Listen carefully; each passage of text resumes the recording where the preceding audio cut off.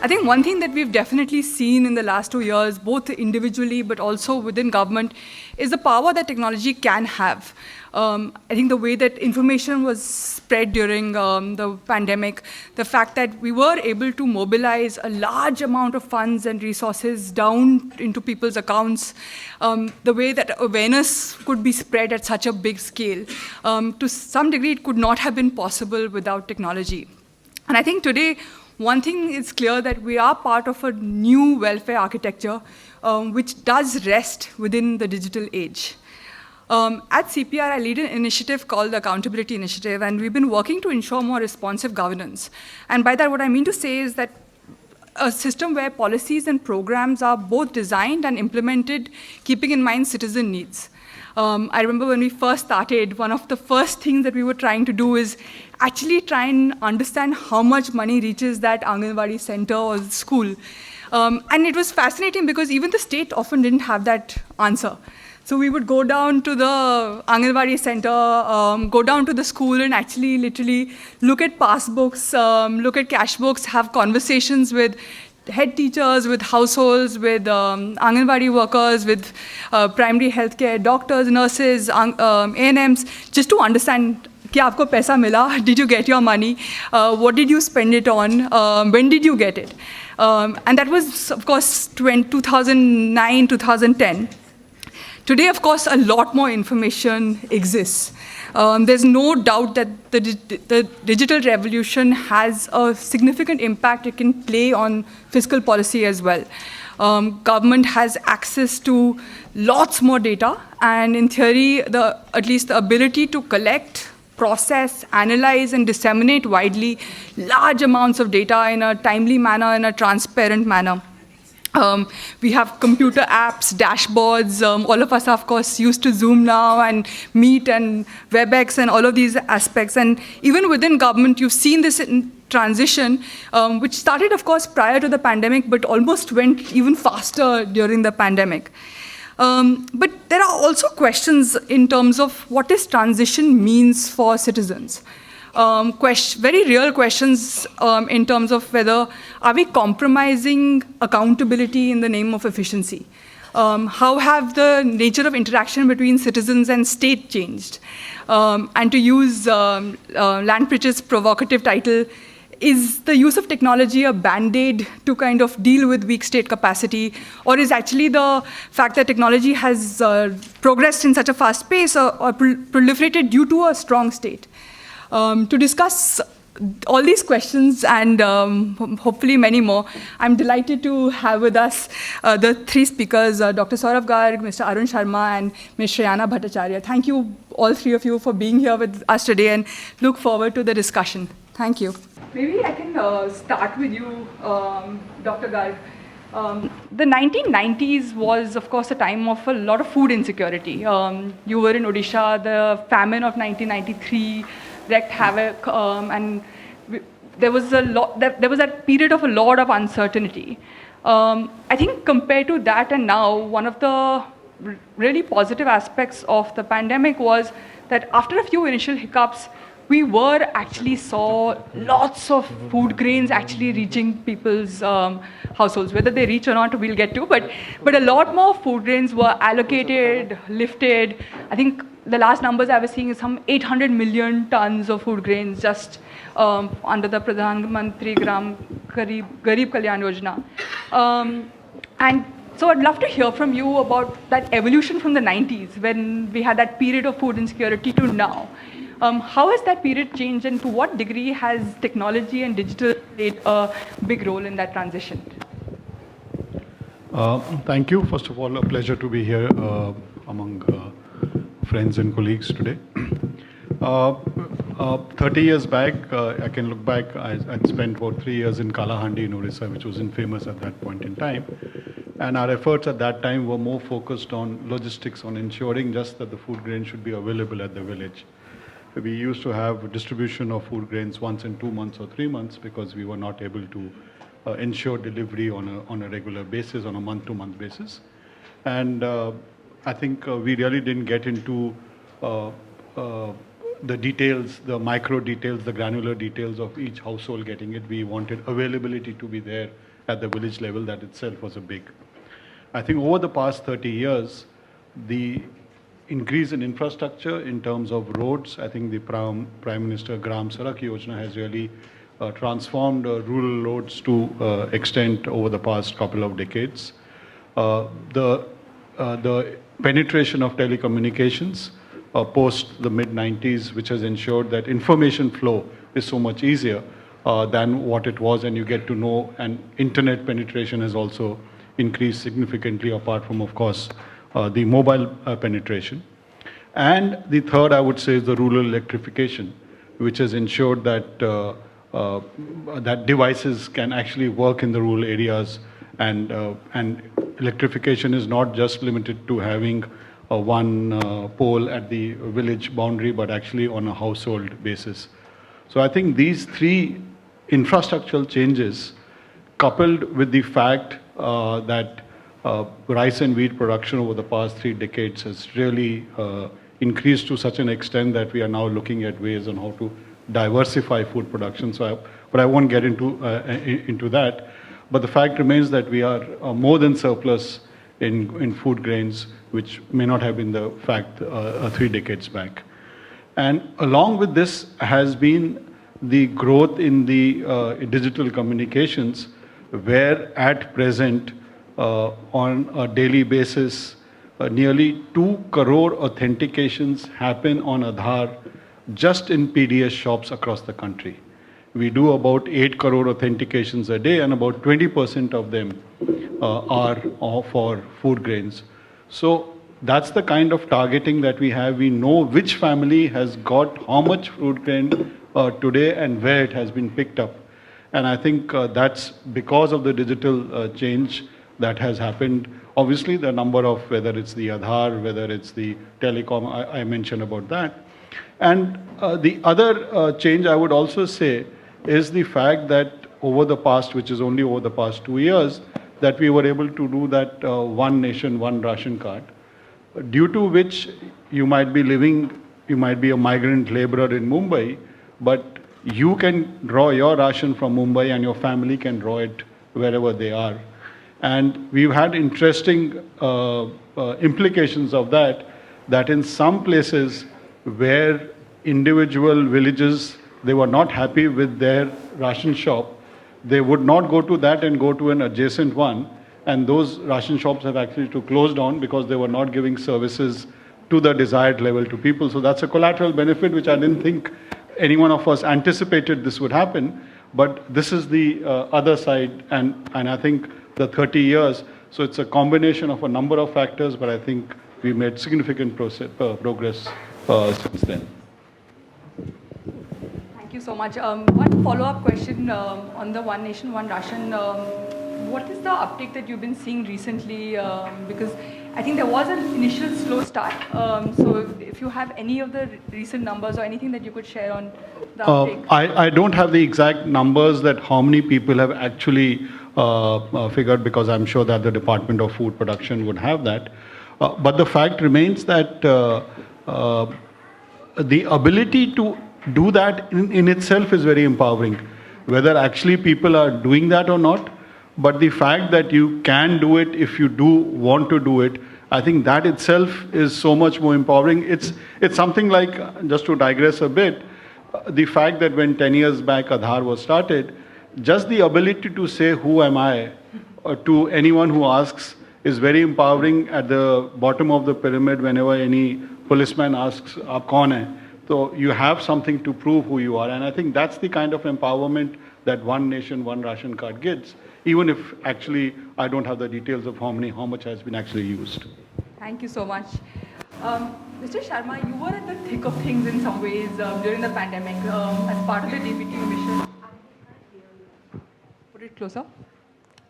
So I was saying that Mr. Sharma was in some ways in the thick of things as part of the DBT mission during the pandemic. And just looking at even just currently, 316 or 18 schemes, 53 ministries. This year alone, and we're only halfway into the financial year, some 2.38 lakh crores have been transferred via DBT. the scale is mammoth. It's in some ways an amazing and just a testimony or to just the scale of India almost. But I'm curious to know what the challenges were during that time in particular of actually making sure that money reaches into people's accounts. And linked to that, I guess, are we now in a place where we can safely say that we've coming close to a pretty efficient public finance management system? Hopefully we'll soon be able to do just-in-time financing and things like that.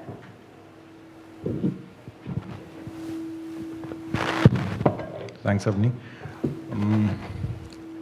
Challenges, they still exist, and I think Shayna can add more.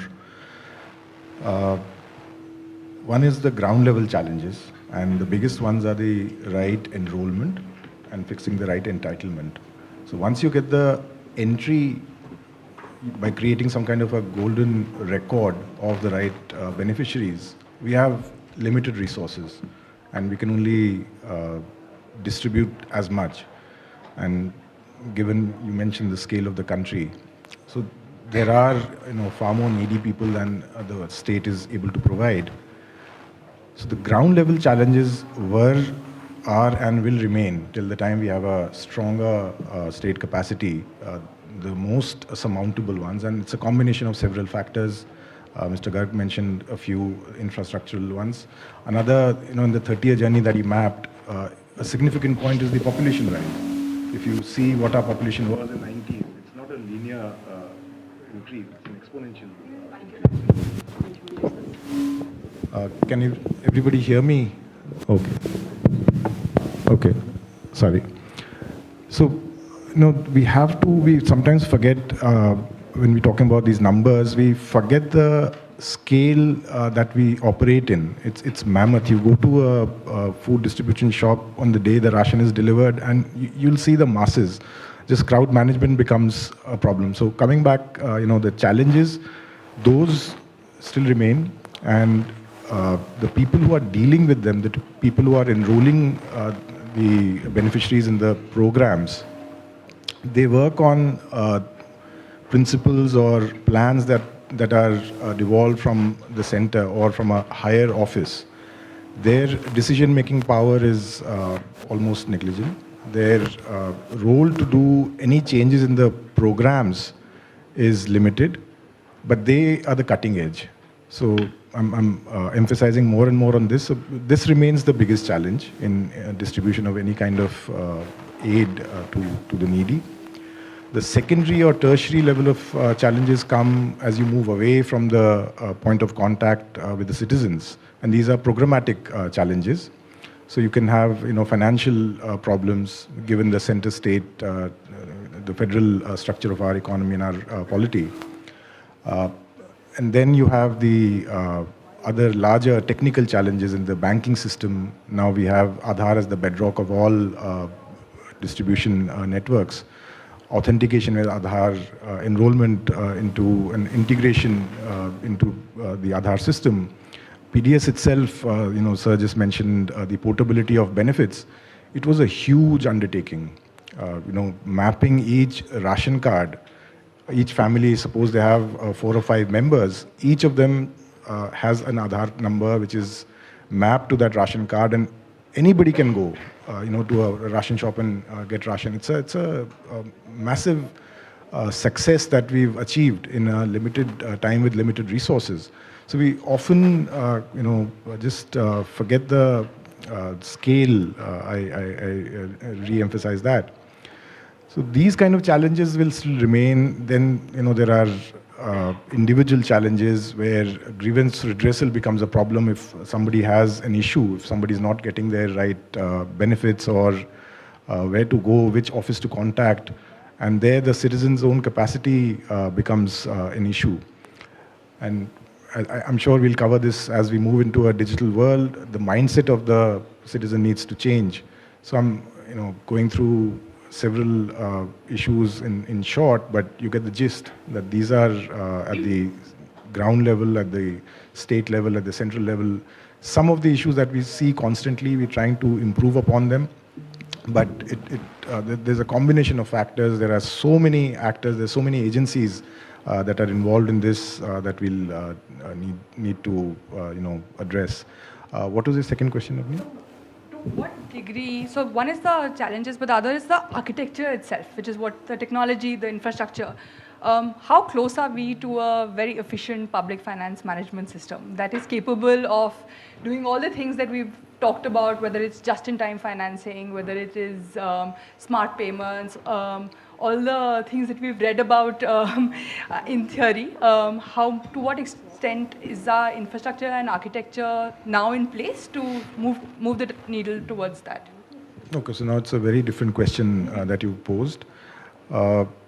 An effective public financial management system has been in the works for, we have our own challenges. And the Constitution, it's interesting if you read that, the center-state relations, state finances are, a constitutional authority. And the transfer between central and the state government, it has a constitutional backing that you need to provide. So maintaining that and going down to the citizen and making sure that his or her needs are met, it becomes complicated as you move away from here and go down. So,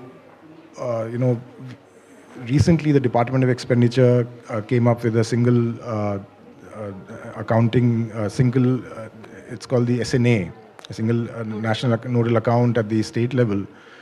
It's close to the TSA structure that the IMF has been preaching for past 2 decades. And again, India will be, I think, the largest country across the world to establish something like that, going down to the state level first and then probably at the central level. But again, without tampering with the basic structure of the Constitution, because these are all, I keep going back to it, constitutional provisions. So either you look at amending some provisions there or creating mechanisms that are in line with whatever is given in the books. Technology helps, obviously, but state or, look at it as a balancing question, that a state or a district or a block or a village would like to have its own decision-making powers, which means that they would like to have their own funds and do what they want to do with them. But then that has a risk. If a state or a district is not performing well, if they sit on the funds or if they use the funds for some other purpose, then you have a problem. And we've seen both kind of issues, so the balancing act needs to be provided, which is what we're trying for. So to answer your question, are we close to it? Yes, every day we move closer to it. Do we have any lesser complications? No, the complications go on increasing. Thank you so much. I think some of the issues that you mentioned about center state, we will be delving into them tomorrow as well. So please do share your thoughts tomorrow on that as well, and for the audience too. Shriyana, as I started saying, we were trying to do this tracking business, not because we had no idea. At the World Bank, you've been running large surveys looking at social protection and the extent to which households actually receive benefits. If you can share with us some of the findings of your it was a large panel data set, right, using CMI? Yeah. I mean, with all firstly, it's such a pleasure to be here, and it's also a pleasure to reprise to a panel that existed 2 years ago, and we're back. So this is before and after COVID, and in fact, a lot of my comments will actually perhaps reflect that juncture. Avni, at the bank, along with colleagues of ours on the poverty team, we've been, and in partnership with CMIE, we've been tracking the receipt of different cash transfers, food transfers. I'd encourage those who are interested in more details. The paper's up. It's a working paper. It's called Intent to Implementation. And with all the, I think, quibbles we can have about CMIE sampling, it still gives us a sense of what's happening in the broad sense of access and targeting. And if you look at the findings from those papers, as well as what scholars say from Right to Food are producing, I think your own work, some of the work coming out of CPR, different organizations that are trying to assess this through the pandemic and even post, I think there are 3 important trends that we pick up, and I think it does relate to what Dr. Garg and Arun was saying. One is, I think it's important conceptually to disentangle payment leakage and what we would call enrollment leakage, right? Payment leakage essentially is this idea that you're supposed to receive 100 rupees through your business correspondent or through a certain account. You don't get that 100, you get, there's a certain cut taken, you're not receiving it. So it's at the point of the payment pipeline that there is some kind of extraction that's happening, be it a rent or some kind of welfare loss. The other is enrollment leakage, which is you should have been eligible, but you are eligible. You should probably be number one on the priority line, but you're not receiving the benefit. You're somehow, because of discretion, because of all the, I think what Arun described very beautifully as all these local, complex, discretionary challenges of the state. I think this has stopped. No, I think I'm audible. What we find from at least the period coming out of COVID and through COVID is that while food transfers seem to reach around 80% of households that we were tracking, and this stays actually broadly consistent if you look at female-headed households, scheduled caste households, you see some drops when it comes to tribal households, but it stays broadly in that sort of 77 to 82% coverage domain. However, when you come to cash, which is I know what we're discussing today, you suddenly see in rural areas access drops to around 50%. Of households. And one of the key reasons, and this was articulated and debated a lot during the pandemic and lockdowns, is the lack of what Arun was describing, a who-to-pay database, right? Who do you, at the time of crisis, how do you know who should be in? Is there a mechanism through which you can prioritize people? The socioeconomic census is very old and late. Some programs, perhaps the PDS is a much more dynamic database. You can think about converting it linked to bank accounts, which is happening, but only about 30% of those accounts are seeded right now, and there's more going on in that direction.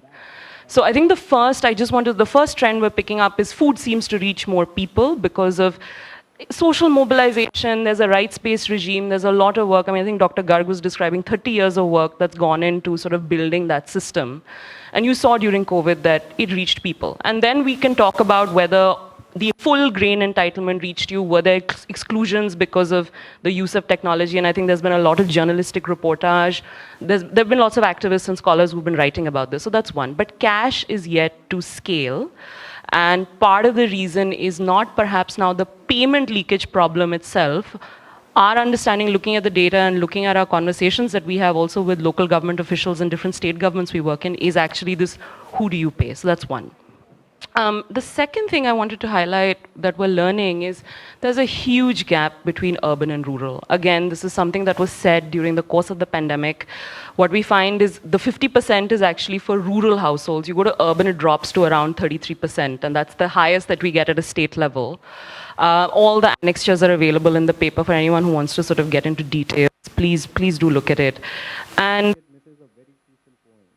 again, I think I'm back now. One of the things we realize is that this is also, of course, because the urban programs for cash delivery just don't exist. We've invested in a history through Narega, through different kinds of programs, even the PM Kisan program, in states like Orissa, there's Kalia, which Dr. Garg was, spearheading in a way. And I think you have all these state platforms for rural populations that are vulnerable. And there are building blocks there, but the urban still doesn't exist. And we're seeing different states. Again, Odisha has come up with an urban wage employment program.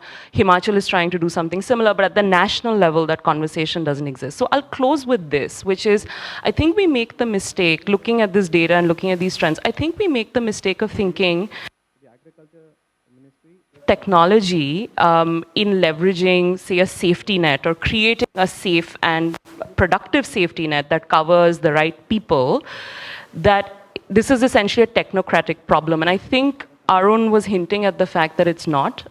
It's a policy issue. So for example, technology can play a huge role in providing a feedback loop back to departments of finance on what the budgets of programs should be. You look at the current architecture, Avni, you started with this, it's sort of 300 plus schemes, but 70% of beneficiaries and 65% of funds are sitting with 7 programs, right? The question is, sure, maybe there's a political economy about why the other programs exist, but at the state level, if we have, for example, social delivery platforms that collect data governed by clear data protection frameworks, that at least give some feedback back to the departments of finance and planning that, look, this is the pending budget gap. Can we think about the next budget cycle, increasing allocations here, reducing allocations there? Then these challenges of rationing, which is actually why you're also seeing these exclusion errors, can be addressed. The second is, I think Arun again mentioned, the center state issue. We don't, unlike many other emerging countries, you look at a Brazil or you look at Indonesia, there are platforms which actually allow for regional governments, subnational governments, and national governments to arbitrate and discuss budgets and financing around social policy. I'm hopeful that that will start to be built slowly, but you imagine something similar to a GST framework, and that I think is currently missing, and that's really critical, I think, because of all the points that Arun was raising in deciding what is the budget envelope, who decides, and then what are the rules so that there is also some sensible spending and a clear fiscal path which adheres to all these fiscal responsibility norms. I think that's really important. So I'll stop there just to say I think we see in the data this gap between cash and food. A lot of it is actually not just technology induced, but it's also policy. How much is India spending? How much is for these particular programs? And second is this urban-rural. And again, this goes back to not just a technical fix, but these are now policy questions which need to be arbitrated through some sort of a policy mechanism. And I think that really, those are really, I think, to us, some of the key questions that at least we're contending with in our dialogues. Thanks.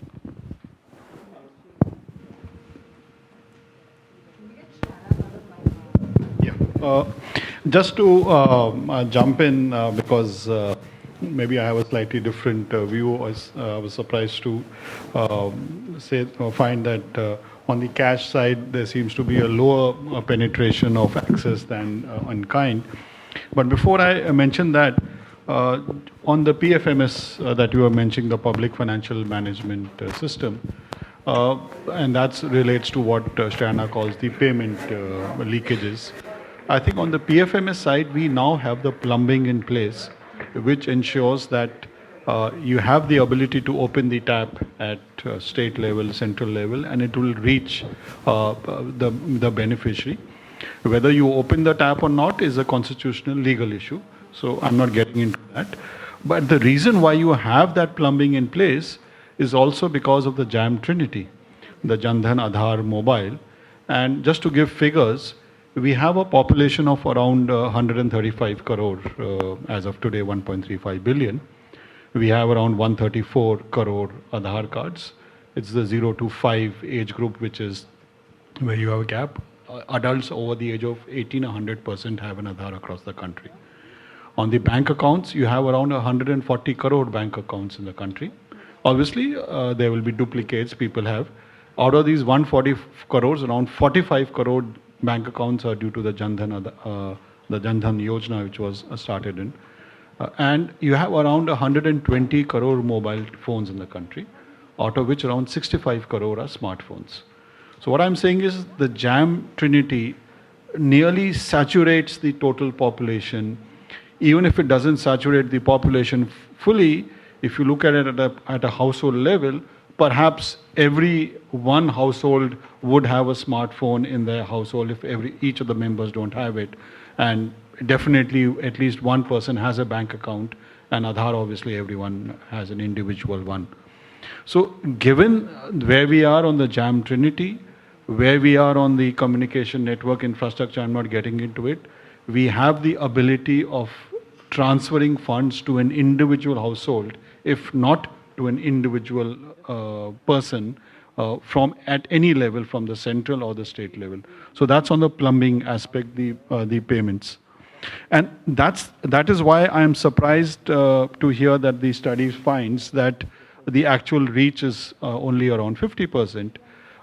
Because what the data suggests, and I'll just give the data of Orissa, since I'm familiar with that state, having spent a number of years there. The population of Orissa is around 4 crores. So assuming a 4 or 5 person per household, you have 1 crore households. The number of people who are enrolled in the PDS is somewhere around 80 lakh households. So given that Orissa has a slightly lower socio-economic level, 80 lakh is a very, very reasonable. One would not expect anyone to be, there could be obviously exclusions, but my sense it would be really. And just to give another example, which I'm very familiar on the agriculture side, we had around 40 lakh households which were under Kalia and then later under PM Kisan, which also seems to indicate, fair enough, I mean 40 lakh out of 1 crore. The estimates are anywhere between 50% to 60% of population. The 40 lakh also includes landless households, etc. So the possibility of exclusion errors seems to be much lower than what was maybe a decade back. And why I'm talking about this is that the PDS is a transfer in kind, PM Kisan is a transfer in cash. My sense would be, given the kind of plumbing we have, given the kind of logistics infrastructure we have, to say I'm unable to accept that there's only a 50% reach in terms of cash and a much higher end. So I just wanted to mention that. Yeah. No, and in fact, one should not be able to accept it. But what we find in the data, and this is not just, I think, CMIE, I think you're seeing this coming out in different kinds of surveys that are going on the ground. Azim Premji University actually puts all of this together in a very useful schematic. I think the challenge is enrollment. What we find, and there was a really wonderful, I think, short op-ed, I think it was written by Dr. Rajesh Bansal, essentially saying that if you don't know who to pay, so for example, what we find in the surveys, if you're registered in the social pension scheme or you were registered, then you receive the benefit. So exactly as Arun was saying, that it's, if you're on the database, you'll receive it. What the challenge seems to be is in programs which are not near universal, and many of the programs still continue to use different kinds of targeting criteria, be it SEC, be it different kinds of income proofs, eligibility proofs. I mean, I think you have a sense of this landscape. What we're seeing is that proof still continues to be a burden. Moving programs perhaps to a more near universal landscape in eligibility rules is one way to address it, and we see in the PDS example that's really helped because it suddenly opened up coverage. What we do find in the data, though, is it's that challenge of getting yourself registered onto that database, which different states, I should say, are trying very innovative approaches to try and address. So, for example, Rajasthan, Madhya Pradesh, they are creating these integrated delivery platforms for enrollment and targeting. Orissa is creating one as well. There's Kerala, there are different states.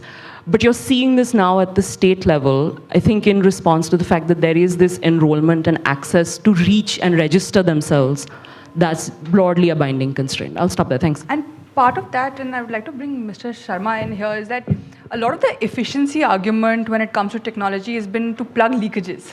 So the DBT portal also has that figure of savings or gain. I think till March 21, there was some 2.2 lakh crore savings or gain, and to some degree it makes sense. Of course, we know that state finances are weak, we know that a lot of money is tied to committed liability, so you have to kind of hold your resources and spend them well. But are we then not just too focused on that saving and not really focusing enough on inclusion? To what extent are we actually even thinking of the exclusion errors?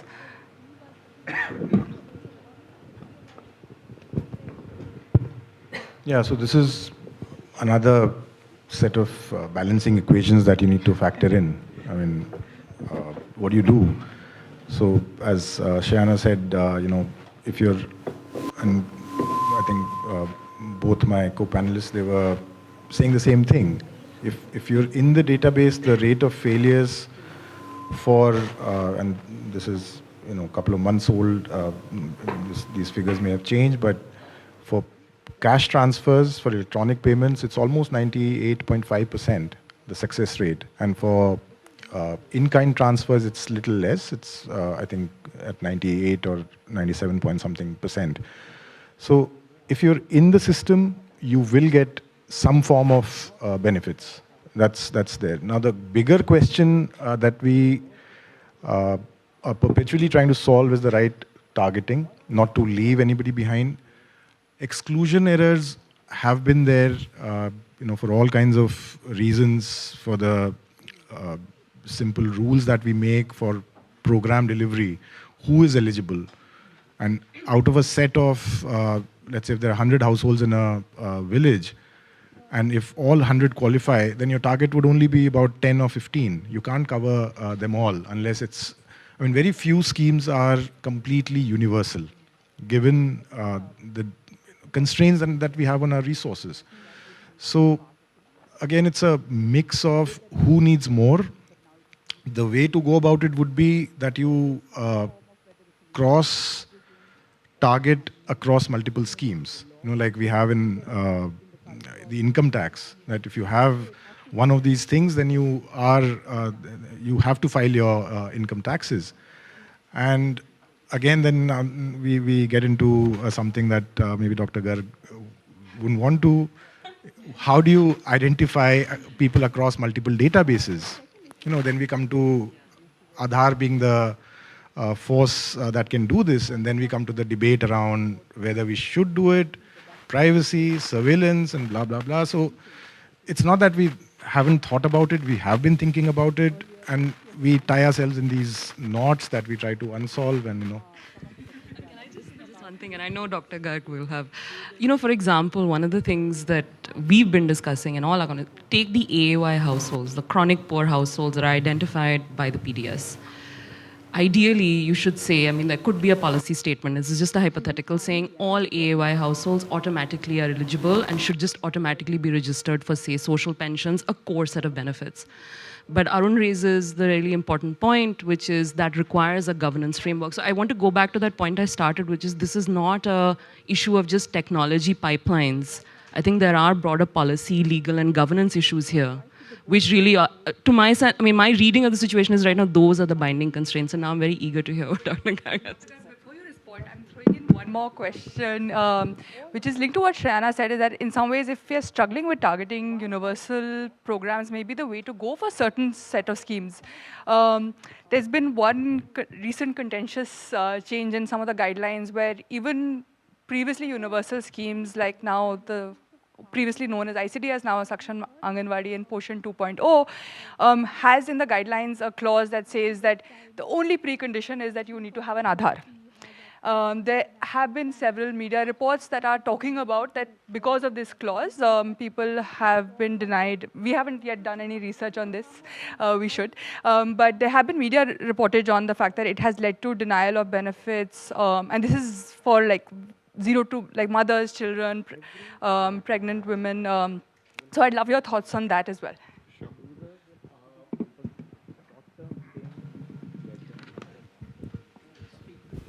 Yeah, okay. So first on this targeting, I would just like to, maybe we're talking about universal targeting and where we have some eligibility criteria. And no doubt universal targeting is much more easier, maybe politically also, administratively also. It's so much more convenient.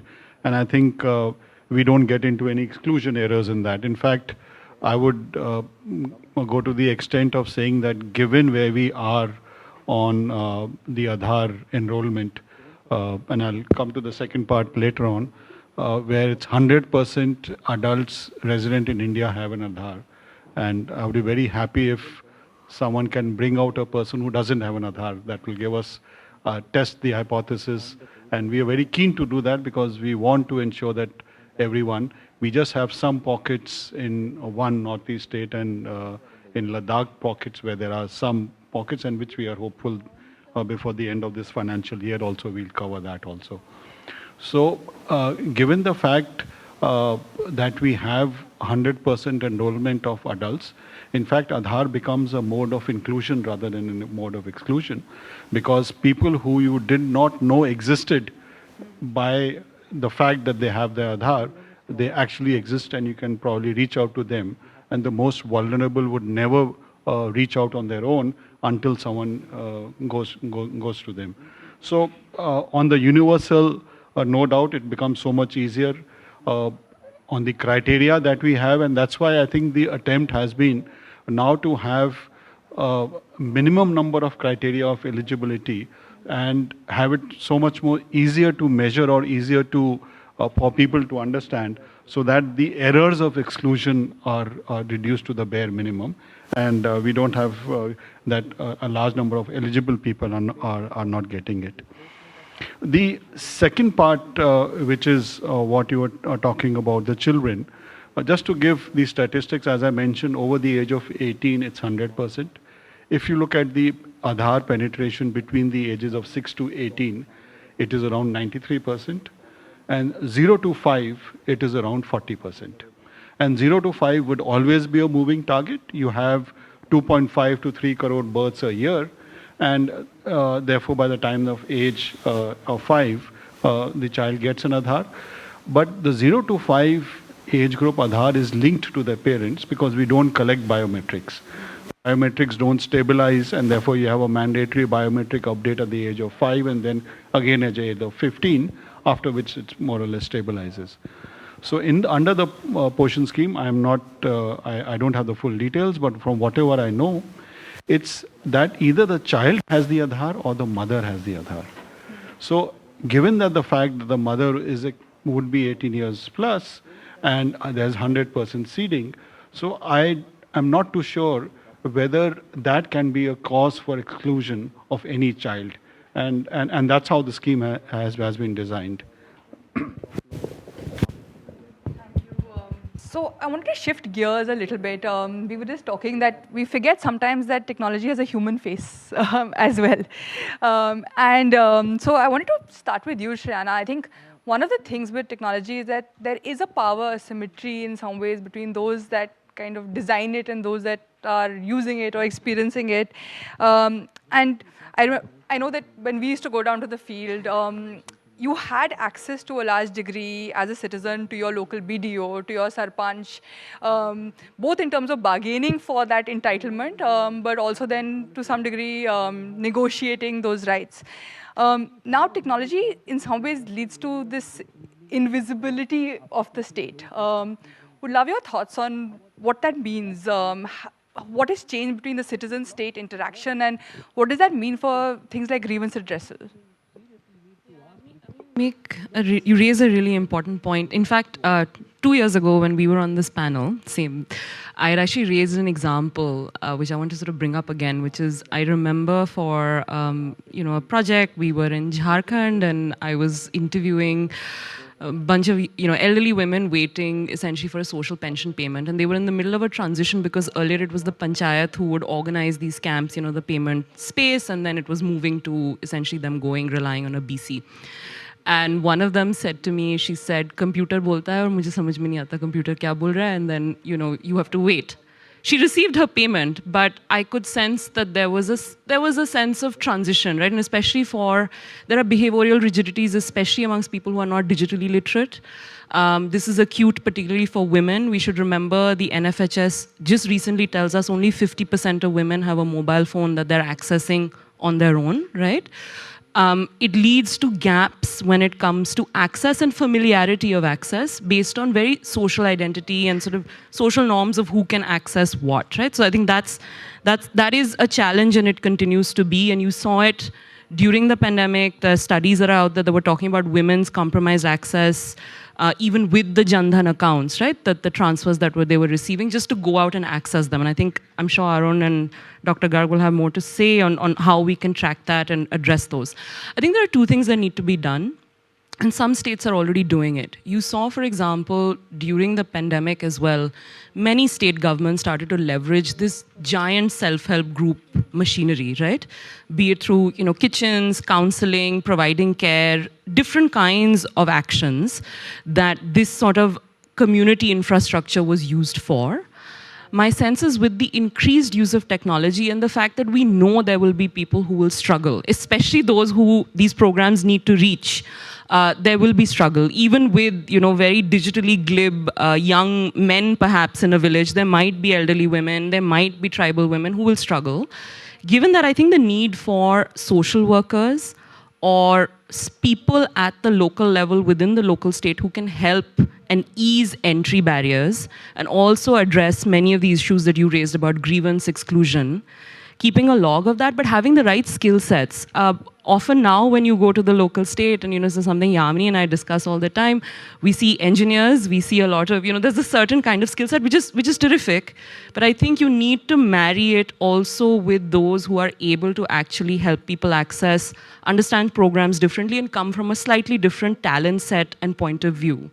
I think that, so right sizing, training, and getting the local state to have a diverse portfolio of skills, I think that will be really critical. Doesn't mean there needs to be one at every BDO office, but there needs to at least be a small cadre that you can rely on and you can use in different ways in conjunction with the SHG groups, because I think we're also now reaching a phase where we might be overloading some community infrastructure and frontline cadres that we have, right? And there's data that shows us that. So I think, to me, the future of grievance redress, when I think about the conversations we're having with state governments, we're looking at the data, is perhaps diversifying the skill mix that is available. And the second, which is where I think technologists have a role to play, which is the user actually involved in the design and thinking through of some of these technology tools? For example, when you're thinking about shifting a payment mechanism, or when we create these new targeting mechanisms for the future, are we stress testing them? Are we user testing them? I think that is really critical. And it's high time, I feel, and this is a personal observation, which is, you go into now conversations on social policy, and I'm not wearing my World Bank hat at all here, this is a personal observation, is that you go into conversations on policy, and, often it's technologists and people who come from a very, it's that sort of engineering, hardware, software point of view, which is very useful. But I think we need to, again, in those spaces, also diversify who is speaking in those spaces and who's providing input in those spaces. So that, I think, deliberation around technology is going to be very critical as we move forward, because it is foundational to the future welfare state. But then we need to bring in diverse perspectives. But I'm hopeful, because one sees that there are different groups that are getting involved. But I think critically around gender, and critically around those who really struggle with digital literacy, we will need different skill sets, be it a social worker or local workers who can help, in addition to the community infrastructure that the government's built. I'll stop there. Thanks, Shreyana. And I think we have a panel just after this one on looking at female labor force participation in a gig economy as well. And I think, as you said, it's going to be critical. So one is, of course, how the citizen engages with the state, but then also how the state engages in some ways. They used to say that about decentralization, that everyone loves decentralization up to their own level. We see that to some degree with technology as well, in the sense that most of our conversations often with government is that I want to use technology to see what people are doing that are below me.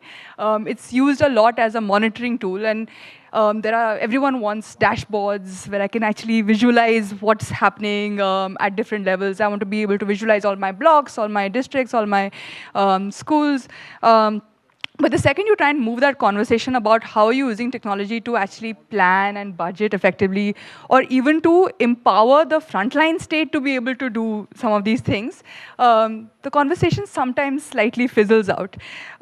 So I would love to hear from both of you actually on, have we overloaded in some ways the frontline state without actually thinking about the planning capacity, the budgeting capacity, or even just capacity to be able to do all of these things. We just collected data. We work in 5 states, and we try to just understand. We wanted to know like how many health apps there are. And all of our states have been sending us, there are like 5, 6 health apps in every state. And all of them are filled by frontline workers. Now we've got a lot of technology and a lot of kind of demand on the frontline state, but have we actually thought through those capacities, both in terms of the capacity of the state to, frontline state to engage, but also how are we using that information? So over to both of you. Love your responses. Just before I talk about the state engaging with the citizen, just one point on the citizen engaging with the state.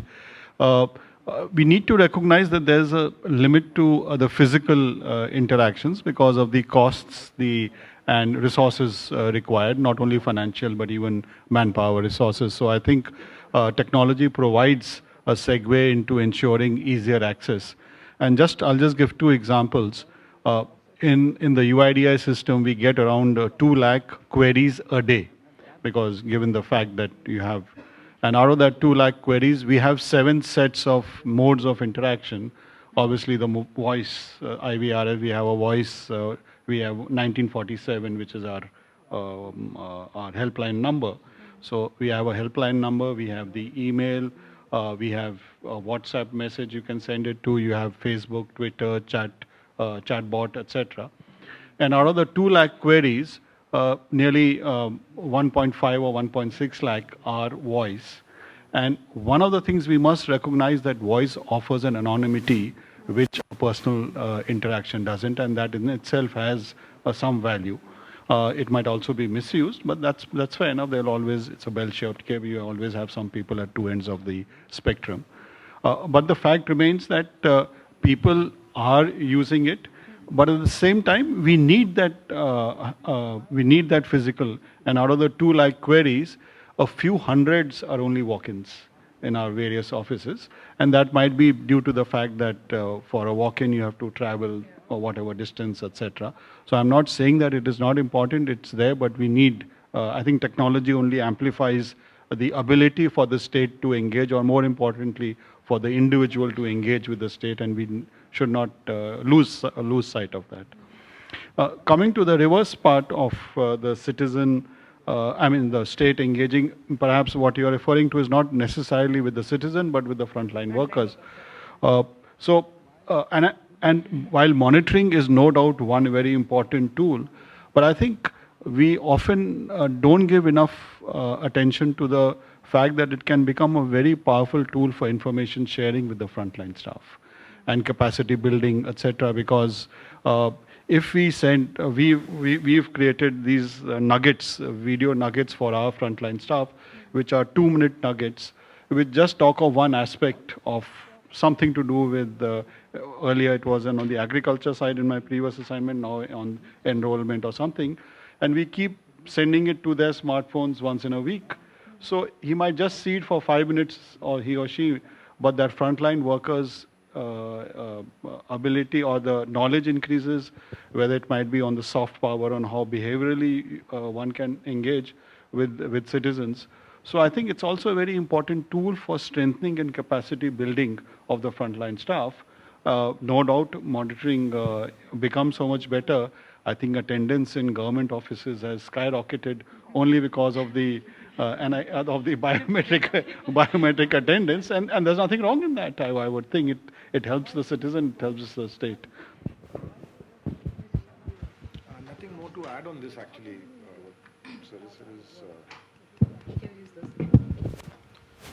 But on the capacity of the frontline versus what the expectations are, yes, there's an imbalance there where they're expected to do too much, which is not commensurate to the resources that they provided or the trainings or the capacities that they've been provided with. But that's the structure that we have. The way to supplement it would be to provide more resources and more people maybe. This will be, till the time we come to a steady state in devolution of powers, authority, capacity, etc. But you did mention an interesting point, and I'll segue into that. You said every state has 5 or 6 health apps, or either. So that just led me to another thought, which I, since we're talking a lot about technology. What has been missing in the tech sphere, tech space, especially the governance technology, is the whole of government approach. Now, if there are 5 or 6 health apps, who should take a call on that? Ideally, the health ministry. But the health ministry does not deal in technology. It deals in issues pertaining to health. So then it comes to a ministry like the IT. And the IT ministry so far, in its DNA, was providing a supporting function. So only recently, in the past couple of years, the thinking has been changed to provide a leading role in enabling that. So the way that the changes that we'll see going forward, a couple of months back, we in the Ministry of IT had issued the NDGFP, the National Data Governance Framework Policy, which talks about setting up of an IDMO, an Indian Data Management Office, which will have counterparts in each ministry and each state. And their job would be to streamline the collection of data, the format of data, the storing of data. So all these things that we are discussing, whether there is duplicity, multiplicity of forms and factors that are collating the same kind of data, would have to pass through that. So hopefully that aspect of, although it wasn't a question, but it's an important thing, because if I'm a citizen and I'm providing my data to multiple agencies for a similar kind of a role or a function, then it's a waste of effort on both sides. This aspect of how do you ensure interoperability of data sets going forward, and I think we've tried many things.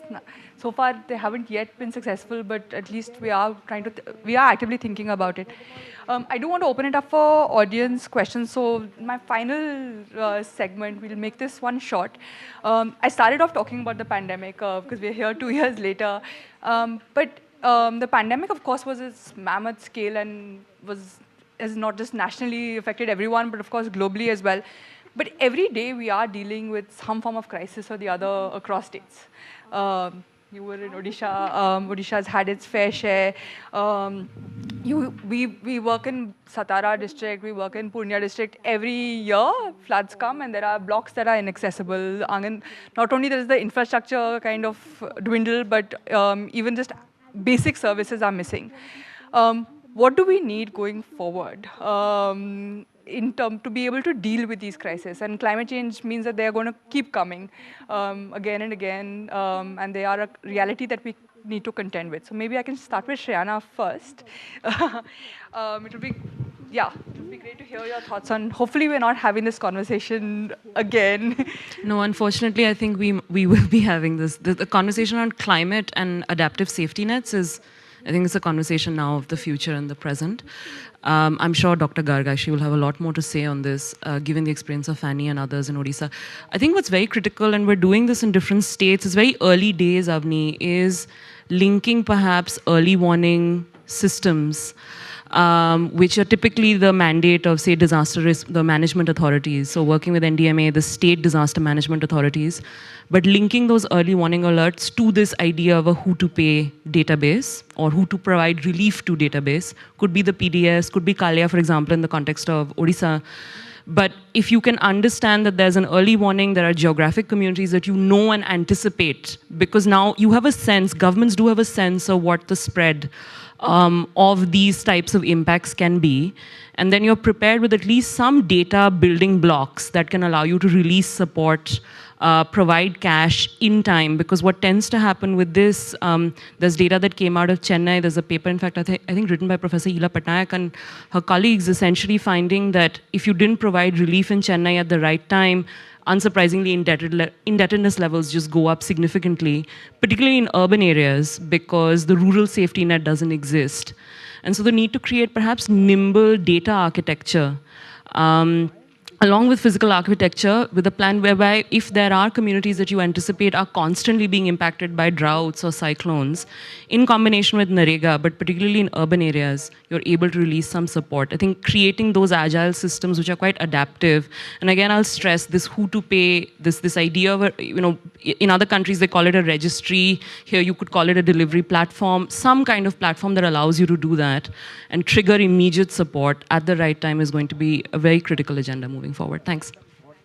And Mr. Sharma and Dr. Garg, one game changer that you think, excluding Aadhaar, I'm not giving you the easy answer, one game changer when it comes to technology to be able to have that nimble architecture in your minds? Before I talk about one game changer, it's a cliche, but I just want to repeat it, that for any disaster, probably it's what they call the 5R framework, that you first have the rescue, then relief, then rehabilitation, then rebuilding. And the 5th R, which we don't give enough importance to, is resilience. So I think it's the 5th R whenever there's no disaster that we need to have disaster resilient infrastructure, disaster resilient processes, etc. And I think an attempt has been made, whether it's a cyclone, it's a flood. Everyone knows where the cyclone will broadly hit. You know where the flood is going to hit. You know which are the areas which are going to be drought prone. You know which are the areas where the pests will hit given the experience. So it's not rocket science to be able to predict what will happen. And I think I'm giving examples of cyclones in Orissa because 30 years back when I joined service, you heard of one cyclone in 5 years, and 30 years later, we have 5 cyclones in a year. So I think that's the change that has happened. And we also know broadly where the cyclone will hit. We know what are the implications of the cyclone, and on each of the 5 hours, there's a well set out protocol, what you have to do for each and there. And I think it's not a technological solution, it's going to be a process solution. It's an SOP solution, it's a training solution, it's a capacity building solution of the ground level staff, because this information perhaps can be sent around, but the actual movement of people, actual anticipation of what needs to be done has to be done at the ground level by being monitored maybe technologically. And I think space technology is something which will really help. And it's helped in cyclones, it helps in floods, it helps in pest attack, it helps in droughts. And I think GIS space technologies would really help going forward. Last words. Game changer. Game changer so far. I think we've yet to see the best is yet to come. But, our game changer, I think, in my view, has been our payment systems, our retail payment system especially. I think they're by far the best in the world. Thank you. We'll move to audience questions now. If you can just request, please keep it to a question, not a comment. And if you can keep it succinct.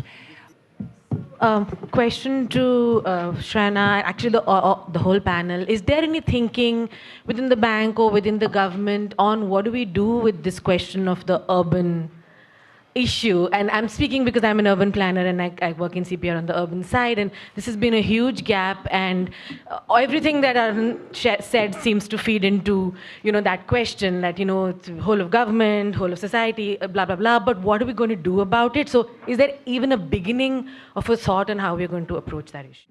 Yes. Thanks a lot for this interesting discussion.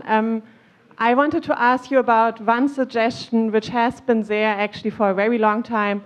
I mean, Ritika Kera and Jean Drees have been suggesting to have simple exclusion criteria for certain schemes. And my question related to this is, I think this could actually simplify the enrollment burden, especially for schemes such as the social pension scheme in India.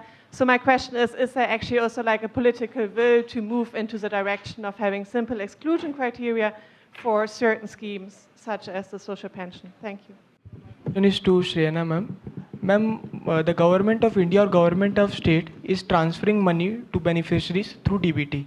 But most people in villages or remote villages are withdrawing this money in cash form. So is it not a challenge for a cashless economy or digital economy? I'll take the last 2 points, one on the exclusion criteria and the cashless part. I think there is a preference for having simpler schemes, and if you look at, I think Shreyana alluded to that a large proportion of the government benefits or subsidies are hardly in 6 or 7 schemes, and most of them are very simple schemes, whether it's PDS, whether it's PM Kisan, whether it's the NSAP, social assistance, which have very simple criteria, not too complicated, and I think that's the way to go perhaps. And willy-nilly, whether by conscious design or by unconscious means, involuntarily we are moving to that. So it makes so much sense, as I mentioned, both politically and administratively, it's very, very convenient to have limited exclusion criteria and have it more or less universal. On the second part on the DBT being to bank accounts, I think ultimately whether ultimately the resident would use cash or cashless is partly dependent on the extent of digital transactions in the society. Globally, India has 40% of digital transactions globally happen in India. We are the largest country which has the largest number of digital transactions. So the very fact that now you can pay for a Golgappa also by a QR code is significant in terms of that. but the ability of a resident staying in any of the 7 lakh villages to be able to withdraw cash at the village point is because of the ability of the Aadhaar-enabled payment systems, where you have 50 lakh those mini card reader machines, POS machines, where you can go to the panwala, put your fingerprint, access your account, and access 100 rupees. The ability to do that is because of the digital systems that are. Ultimately, you might use cash, and hopefully, over time, perhaps even that will not become necessary. I'll take the urban question first. So, in fact, we are, at least our teams right now, are in the middle of assessing different city and town level safety nets and social insurance systems. And we will be reaching out to your teams. I was discussing with Yamini as well, as this work starts to proceed. But there are two things that are very critical. What we're seeing is different states are approaching this differently. There is a consensus around this idea of a wage guarantee. So you're seeing, I think there are nearly 6 states that are now experimenting. There are states like Orissa where this is now very much active and live. It's a large-scale program reaching significant numbers of people. There are challenges there, but I don't want to go. There's a wonderful symposium. I think several people have contributed to it on what is the sort of future. I think it's on ideas for India. Yamini has a piece in there as well. Take a look at that. I think there are lots of implementation challenges. But I think actually the future of urban is not perhaps just direct transfers. Given actually urban populations tend to be what we call sort of this missing middle of the safety nets and the social insurance story, because these are workers who can perhaps save sporadically small amounts. So you need to think also of co-contributory mechanisms. And there are lots of social insurance schemes that have been rolled out by consecutive governments. Uptake, though, remains low. So I'm thinking of, future co-contributory pensions, health insurance. Health insurance, there's high registration, but in urban, it's still low. You look at accident insurance, all these different kinds of schemes. PM SWAYAM right now has, I think, a coverage of around 13% of informal workers. And I think, for example, just linking this to the question of simpler exclusion criteria, one thing you could say is anyone who doesn't have a provident fund is eligible for all of these programs, because the Provident Fund is a proxy for formality, right? There need to be conversations in that space. And the one really important innovation that has happened in this space, which is the Isram Database. We can talk about, well, is it well implemented in different places, but it's a very important first building block to, again, create this data architecture where actually informal workers can access a core set of welfare funds and benefits. So I think Isram, along with social insurance, those will be really critical pathways. And creating skill sets at the municipal level. Because while the panchayats have, you have a Gram Sevak who is involved in Narega, you have Rozgar Sevaks, you just don't have the similar urban skill sets at the municipality or at the local level. So I think those 3 are going to be really critical moving forward. I don't actually have much to add to what Dr. Garg said on the cashless story, but I do want to say that gender and tribal communities will struggle when it continues to be, which is why I feel in all these architectures, and I think there's a lot that's been said about this, is you always need an exit option out as well for people who are struggling to access that cash. And it typically tends to be female-headed households and tribal communities. On the simpler exclusion, I think there's not much to add to what Dr. Garg said, but I want to add 2 things. We do have history in India, and we studied the social pension scheme because the social pension scheme was actually relaxed in its eligibility criteria. But what we found was even with that on-paper relaxation, the in-practice coverage remained constrained because of the rationing issue around budgets. And I want to just go back to that first point that I made, that while we can, of course, relax criteria, and that's critical, open it up, so there's political pressure as well at local officials to try and open up programs. There needs to be a parallel conversation on how to assess the budgetary scope to actually honor credibly this idea of inclusion, so that it's not just on paper, but it exists in practice. So yes, on exclusion criteria, I think there's a lot you're seeing. Different government schemes are rationalizing. They're saying things like you do self-attestation for income proofs, for example. But the challenge with that is, while then the queue becomes very long, the budgets to actually meet them perhaps remain similar. And so then again, local government officials have to figure out a way to ration. And I think that's really going to be critical, thinking through very carefully what's the budgeting architecture for this. Thanks. Hi.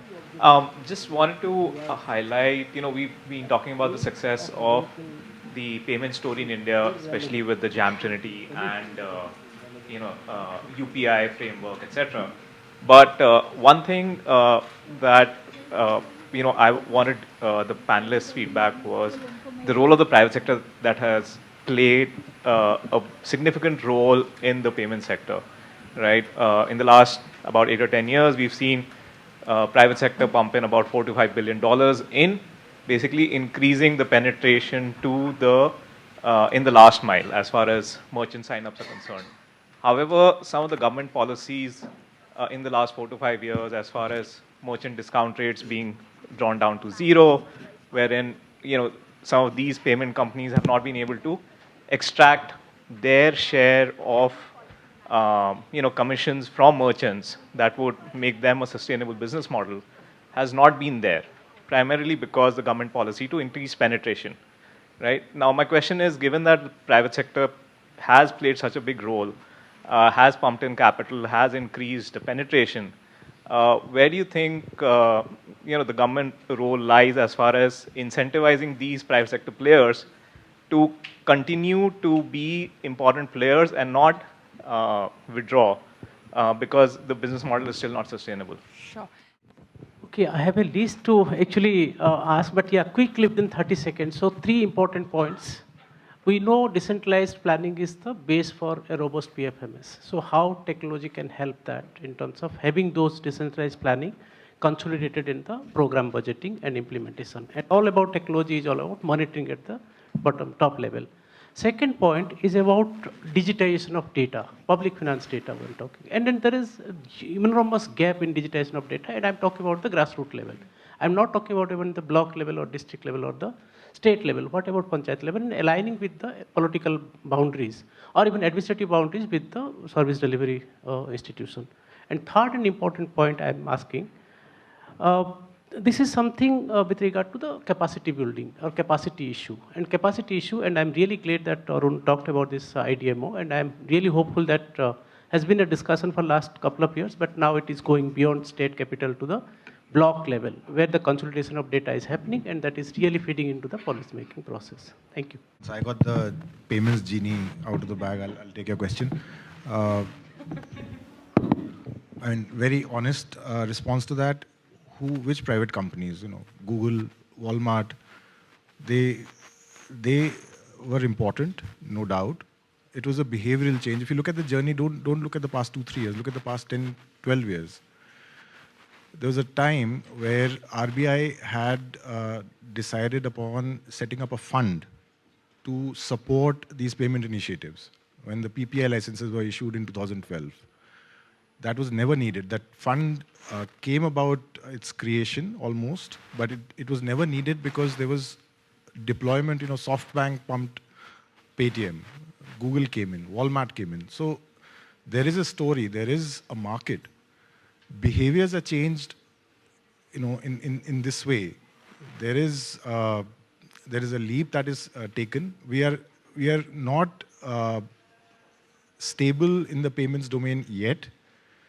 We've only hit the urban centers. When we go down to the villages, and it's important to subsidize these payments through a government/private venture, we will see changes coming up. I mean, even the finance ministry has never emphatically said that MDRs would not be touched. There will always be room for negotiation, let's put it that way. No, all I can say is, on the first question, that the private sector role is absolutely integral to the growth of the payments business, and I'm sure the conversations are going on in this regard. I think on your point about feedback loops, and so for example, we have a program in Orissa, and one of the key components of it is actually converting PDF files into so I completely share, I think, that concern of digitization, but you're seeing big shifts. I think different states are trying different models. But the second thing I will say is on the planning and budgeting side, there are village level, for example, different planning mechanisms, and yet the data use that they're actually using, relying, familiar with, remains, I think, something that needs to be worked on. And you are seeing again, for example, now village level disaster management plans, they are using different kinds of information, geospatial information as well, trying to socialize and involve communities to actually think through some of this planning. So you will see changes, but those concerns they continue to be really critical. But different states, at least where we have projects, we're seeing this big push to at least make data much more accessible through the departments of, say, statistics and so on, to involve them as allies in at least the community planning process. But it's a long way because, I mean, I think all of us who are familiar with decentralized planning is a very complex, layered issue. But you are seeing data being provided at least as an asset into that process. Thanks. Thank you. Thank you to everyone in the audience, and big thank you to our three panelists. Really appreciate the insightful discussions, but also your candidness on talking about some of these issues. So hopefully 2 years from now, we will be having a very different set of conversations and have moved the needle since the plumbing architecture at least is in place. But thank you all so much for joining us and making the CPR dialogues go off to a roaring start.